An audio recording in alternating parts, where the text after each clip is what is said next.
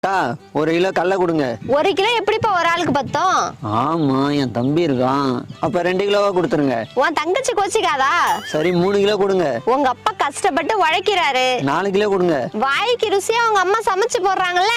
5 kilo கொடுங்க. ஏன்பா உன் குடும்பத்தை பத்தி மட்டும் யோசிக்கிற?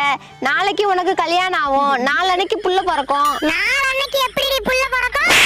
சரி, ஒரு மூட்டை கொடுக்கா. உன்னை பத்தி மட்டும் யோசிக்காத. நாளைக்கு உன் தம்பிக்கு கல்யாணம் ஆகும், உன் தங்கச்சிக்கு கல்யாணம் ஆகும். மொத்தம் எவ்வளோக்கா இருக்கு? 10 மூட்டை தான்ப்பா இருக்கு. சரிக்கா, நான் போய் ஆட்டோ எடுத்துட்டு வரேன். இதெல்லாம் தொழில் ரகசியம்டி. இன்னைக்கு பாரு, நிம்மதியா தூங்குவேன். அக்கா, இவனை எங்கேயோ பார்த்த மாதிரி இருக்கே.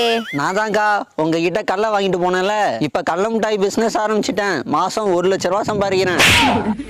எல்லாம் உங்க கை ராசி தான். 1 கிலோ கடலை வாங்க வந்தவன ஒரு தொழில் அதிபர் ஆக்கிட்டியடி. உனக்கெல்லாம் இனிமே